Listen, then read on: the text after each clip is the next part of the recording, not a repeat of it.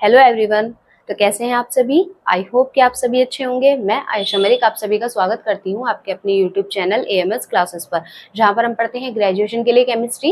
And आज की जो हमारी क्लास है वो है बीएससी फर्स्ट सेमेस्टर केमिस्ट्री की क्लास, जिसकी हमारी बुक चली है फंडामेंटल ऑफ केमिस्ट्री, जिसकी हमारी यूनिट 6 चल रही थी स्टीरियो केमिस्ट्री। तो देखिए, कल थोड़ा सा हेडेक हो रहा था, इसकी वजह से आपकी क्लास नहीं हो पाई थी। मैंने आपको पोस्ट के थ्रू बता भी दिया था, मौसम चेंजेस की वजह से हो रहा था हेडेक। अब ठीक है, तो आज आपकी क्लास होगी अच्छे से। अब देखिए, आज की क्लास में हम क्या डिस्कस करेंगे। आज की क्लास में हम रेजिमेंट मिक्सचर के बारे में पढ़ेंगे, और दूसरा हम पढ़ेंगे एलिमेंट्स ऑफ सिमेट्री। वो मैंने आपको एक शॉर्ट के थ्रू भी बता दिया था कि एलिमेंट्स ऑफ सिमेट्री 3 तरीके की होगी। आज हम उसी को पढ़ने वाले हैं थ्योरी के माध्यम से, ठीक है। तो देखिए, जो आपका रेजिमिक मिक्सचर होता है, रेजिमिक मिक्सचर ऐसा मिक्सचर होता है जिसमें हम ऑप्टिकली कंपाउंड्स की, ऑप्टिकली एक्टिव कंपाउंड जो होगा उसकी डी और एल फॉर्म का इक्वल रेशो जब हम मिक्स करते हैं उन दोनों को एक इक्वल रेशो के साथ, तब जो आपका मिक्सचर बनता है वो आपका कहलाता है रेजिमिक मिक्सचर।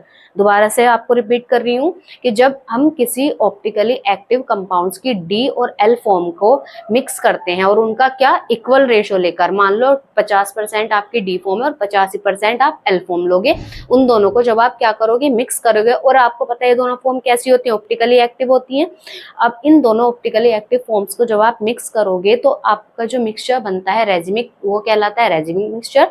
और ये जो मिक्सचर होगा ये हमेशा आपका होगा ऑप्टिकली इनएक्टिव। तो अब ऐसा क्यों हुआ, इसको समझिए। देखिए, जैसे हमारे पास ये एक बर्तन था, इसमें आपने ले ली, मान लो इसमें है आपकी 50% डी फॉर्म, 50% इसमें है डी फॉर्म, ठीक। और डी फॉर्म के लिए मैंने आपको बताया था एक साइन यूज होता है, पॉजिटिव साइन भी हम यूज कर देते हैं इसके लिए। और एक बर्तन ये था, इसमें आपकी थी एल फॉर्म, एल फॉर्म। अब दोनों का रेशो हम कितना ले रहे हैं इक्वल ले रहे हैं, तो इसको भी इक्वल लेंगे। अब इसे माइनस साइन से दिखा देंगे क्योंकि एल फॉर्म के लिए माइनस का साइन भी यूज करते हैं। तो माइनस के 50% हो गया, ठीक। ये डी फॉर्म थी और ये एल फॉर्म, दोनों का इक्वल रेशो। अब इन दोनों को मिक्स किया तो एक मिक्सचर बनकर आया हमारे पास। इन दोनों को मिक्स करके एक मिक्सचर बनकर आया, उसको बोल देंगे हम रेजिमिक मिक्सचर। शॉर्ट में लिख रही हूँ आरएम, रेजिमिक मिक्सचर।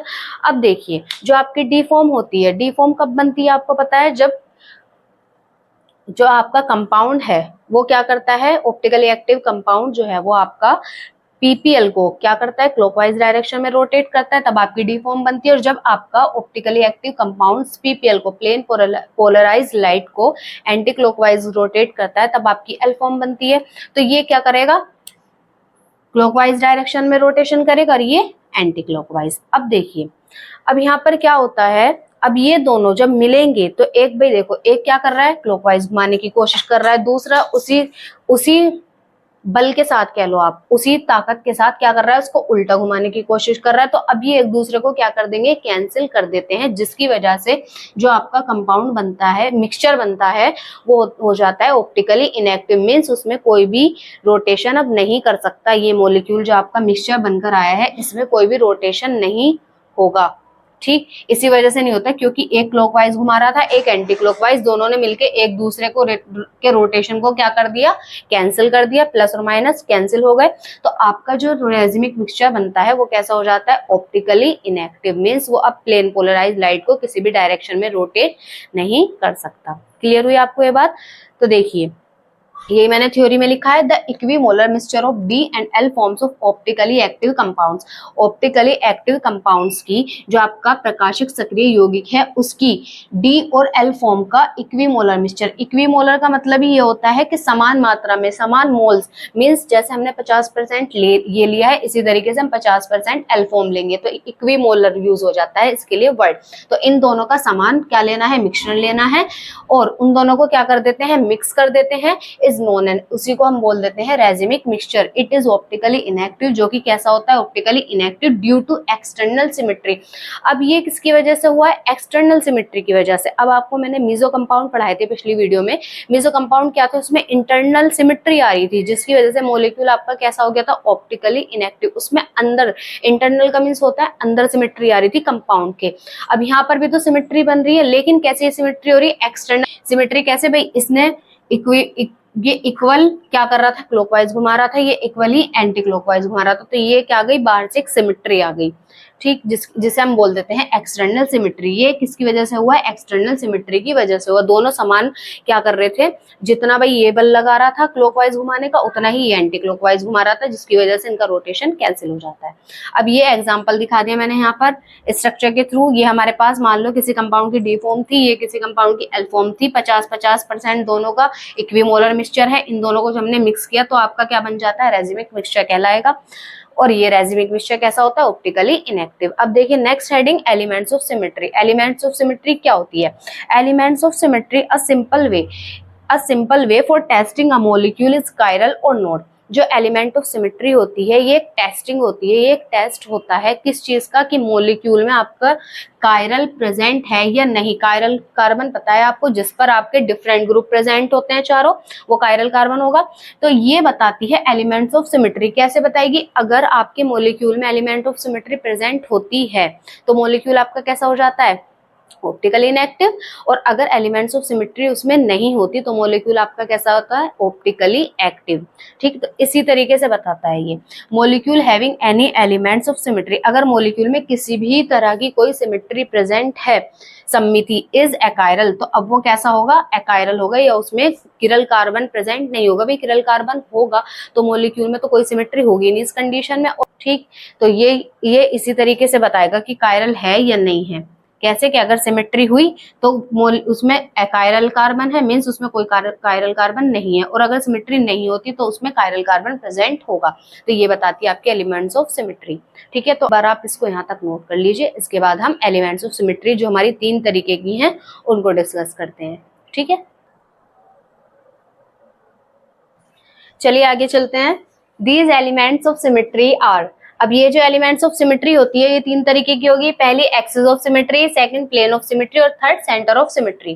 ठीक है, एक्सिस ऑफ सिमेट्री का मतलब होता है समरूपता का अक्ष। हिंदी में लिख दिया मैंने ताकि आपको समझ आ जाए एक्सिस ऑफ सिमेट्री। देखिए एक्सिस ऑफ सिमेट्री क्या होगी?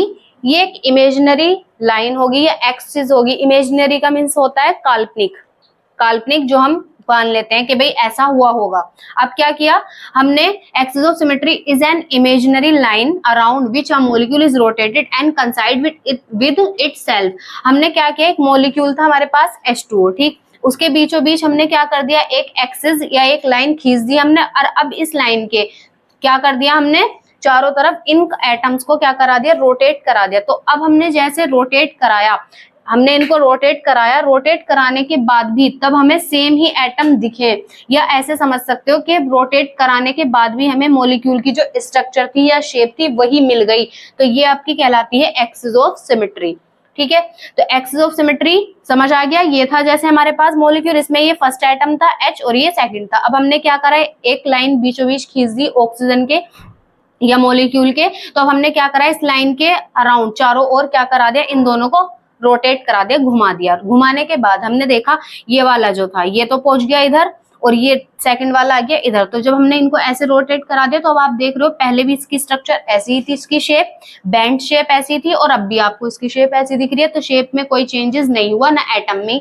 मतलब इस तरीके से हमने इनको रोटेट करा, इनमें तब भी सिमेट्री हमें नजर आ रही है कि इसकी जो शेप थी वो ऐसी ही रही। तो ये आपकी कहलाती है एक्सिस ऑफ सिमेट्री, समरूपता का अक्ष। सेकंड आती है plane of symmetry. Plane of symmetry में क्या होगा कि if a plane passes through a molecule and the same group appear on both sides then it is called a plane of symmetry.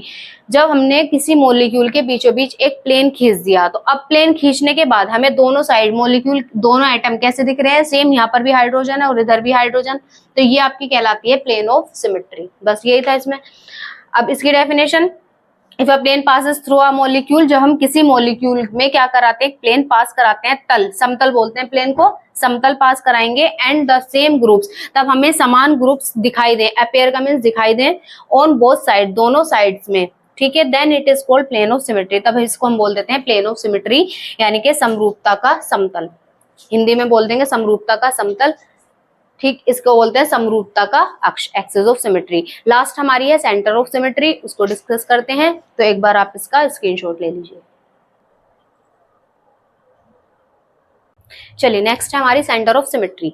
तो ये जो हम चीजें कर रहे हैं ये सारी कैसी है, इमेजिनरी है। भाई हमने क्या किया, मॉलिक्यूल एक्सिस खींच ली, लाइन खींच ली और उसके अराउंड हमने एटम को क्या करा दिया, रोटेट करा दिया, घुमा दिया, जिसकी वजह से हमने जब देखा तो क्या दिखा, मॉलिक्यूल में एक सिमेट्री दिखी हमें कि मॉलिक्यूल की जो स्ट्रक्चर थी, शेप थी, वो उसमें कोई भी चेंज नहीं आ रहा रोटेट कराने पर। दूसरा हमने क्या किया कि एक बीचों बीच क्या करा दिया, प्लेन खींच दिया। अब देखा तो हमें सेम एटम दिखे, तो ये क्या कहलाई आपकी प्लेन ऑफ सिमेट्री। और अगर हम क्या कर दें कि मॉलिक्यूल था हमारा, उसमें एक बीचम बीच सेंटर मान के एक पॉइंट खींच दें और अब उस पॉइंट से हम क्या करें, थोड़ा सा दूर जाके देखें तो हमें जब सेम ग्रुप दिखे तो वो आपकी कहलाती है सेंटर ऑफ सिमेट्री। ठीक, तो इसमें ये लिखा है the centre of symmetry is an imaginary point. ये क्या होता है, इमेजिनरी काल्पनिक बिंदु होता है ना मॉलिक्यूल, जो कि मॉलिक्यूल में प्रेजेंट होगा, such that if you go in the opposite direction, जब हम इस बिंदु से क्या करते हैं, अपोजिट डायरेक्शन, विपरीत दिशा में जाएंगे, direction from it you find the same atom, तब हमें क्या दिख रहे हैं, समान ग्रुप अगर दिख रहे हैं तो ये आपकी कहलाती है सेंटर ऑफ सिमेट्री।